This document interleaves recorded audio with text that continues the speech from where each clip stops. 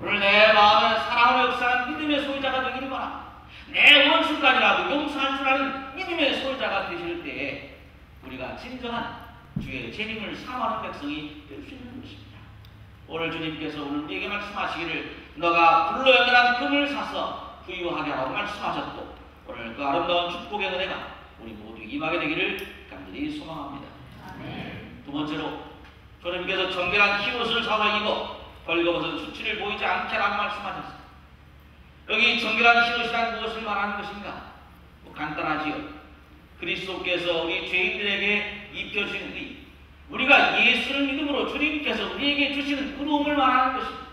그런데 그 의로움이라고 하는 것은 거저주시는 것이지만 그러나 거저 얻어지는 것이 아닙니다. 교제는 4권 88쪽에 이렇게 기록했습니다. 흰옷이란 그리스도께서 죄인에게 부여하시는 그리스도의 의다. 이것은 기꺼이 순종하는 상인을 위해 하나 그리스도에게서만 구입할 수 있는 천국의 옷감으로 하는 겁니다. 흰옷이란 주님께서 우리에게 나눠주신 겁니다. 우리가 죄인이지만 예수님께서 십자가에 죽으심으로 우리가 의롭게 된 사실을 말하고 있어요. 그런데 그 진정한 흰옷은 어떤 사람들에게 주어진다고요? 그저 예수를 믿기로 결심한 그 순간에 주어지지만 그것이 계속적으로 내 의의 옷이 되기 위해서는 무엇이 필요하다고요?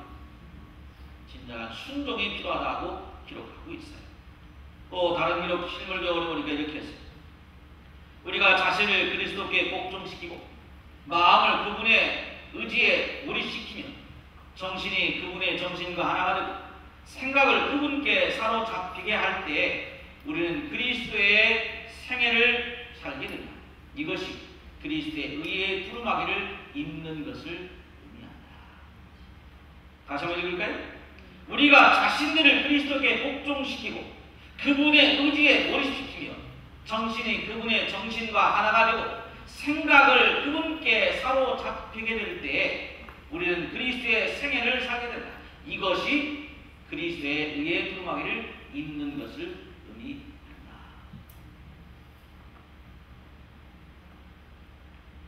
다시 말씀드리면 그리스도의 의의 옷이란 하나님께 또는 예수 그리스도께 완전하게 전적으로 순종하고 헌신한 자들에게 주어지는 것이라고 말씀하고 있는 것입니다.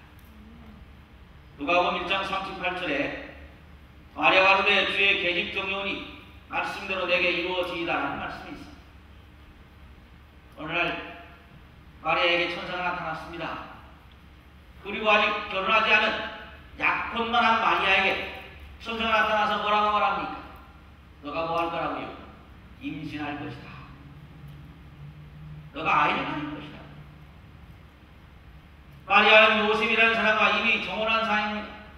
그런데 정혼한 여자가 남의 아이를 임신하게 되면 성경에는 뭐 하라고 되어 있습니까? 어떻게 하라고 되어 있어요? 성경의 법에 돌로 쳐 죽이도록 되어 있어요. 그런데 천사가 나타나서 뭐라고 말합니까? 너가 뭐 할 거라고요? 임신할 것이다. 뭐 아이를 갖는 것이 뭐 한 석 달, 넉 달, 5달 뭐 어느 정도 감출 수 있겠지요.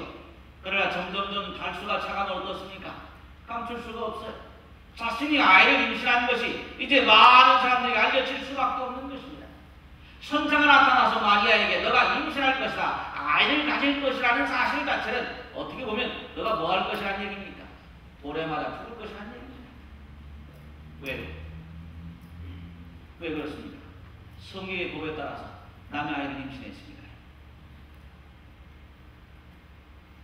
마리아는 선택해야 했어요. 죽을 것인가? 살 것인가? 그가 그 천사가 한 말을 선택하면 그 말을 순종하면 뭐하게 될 것이고요? 죽게 될 것이고 순종하지 않으면 살게 될 것입니다. 세상에 자기 목숨보다 더 중요한 게 어디 있습니까? 아무리 귀하고 값진 것도 죽으면 끝이에요. 아무 소용이 없어요. 그런데 그 마리아가 선택했어요. 마리아가 내 주의 계집 정령이 말씀대로 내게 이루어지다. 무슨 의미입니까? 무슨 의미? 죽으면 하나님께서 말씀하셨기 때문에 하나님의 말씀에 순종함으로 죽으면 죽으리라는 선택을 말하는 것이었습니다. 그의 믿음은 전적으로 자신의 삶을 하나님께 맡긴 삶이었어요. 전적으로 순종하는 믿음의 삶의 모습이 한 여인 마리아의 모습 속에서 나타나는 것입니다. 죽으면 죽으리라. 그와 같은 믿음이 예수 그리스도를 잉태하고 출생하는 하나님의 큰 축복을 누릴 수 있었다고 하는 사실입니다. 진정한 그리스도인은 어떤 사람들이 입을 수 있는 것입니까? 그저 내가 하고 싶은 거 마음대로 하고, 내가 가고 싶은 마음대로 가고, 그저 내가 살고 싶은 대로 살면서 내가 예수 믿는다고 하는 사람들에게 입혀지는 이가 결코 그리스도인가 아닙니다. 오늘 계시록 3장에 나와 있는 흰옷을 사서 벌거벗은 보이지 않게라고 하는 그 흰옷, 그리스도인이라고 하는 것은 바로 전적인 순종, 완전한 순종, 절대적으로 자신의 삶을 하나님께 맡기는 그 선택을 할 수 있는 사람들에게 주어진 의가 그리스도의 그 흰옷, 의옷이라는 사실을 말씀하고 있다는 사실입니다.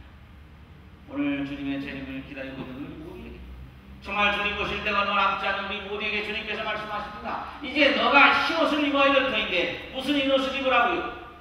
그리스도의 흰옷은 흰옷인데 온전한 순종을 통한 너의 생각이 하나님의 생각과 일치하고, 내 마음이 하나님의 마음과 일치하고, 너의 발길이 하나님의 발걸음과 일치하는 순종을 통해서 주시는 그리스도의 의옷을 입으라고 말씀하고 있습니다. 여기 실물교훈에 그런 말씀도 있습니다. 우리가 자신들을 그리스도께 복종시키고 마음을 그분의 의지에 몰입시키며 정신이 그분의 정신과 하나가 되고 생각을 그분께 사로잡기가 될 때 우리는 그리스도의 생애를 살게 된다.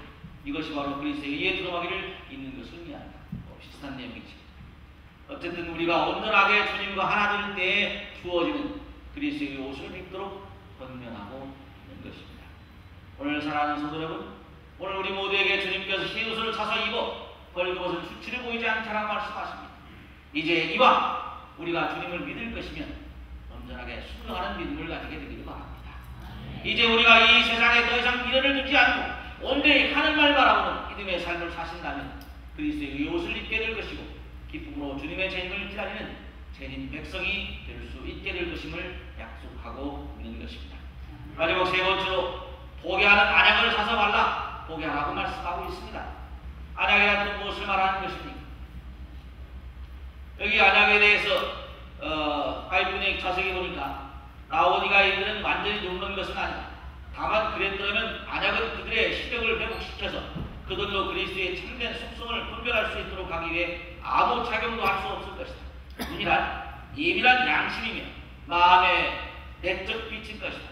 하나님의 말씀인 안약을 바르게 되면 양심은 쓰라리게 되는 그 까닭은 그것이 죄를 깨닫게 해주기 때문이다. 그래서 여기 와 보이는 이 안약이라고 하는 것은 하나님의 말씀이라고 설명하고 있어요. 제가 오랫동안 이해되지 않는 성경절이 하나 있었어요. 누가복음 24장입니다. 엠마오로 가는 제자들에 대한 얘기. 두 제자가 엠마오를 가고 있었어요. 그런데 예수님께서 그들과 함께 동행했습니다.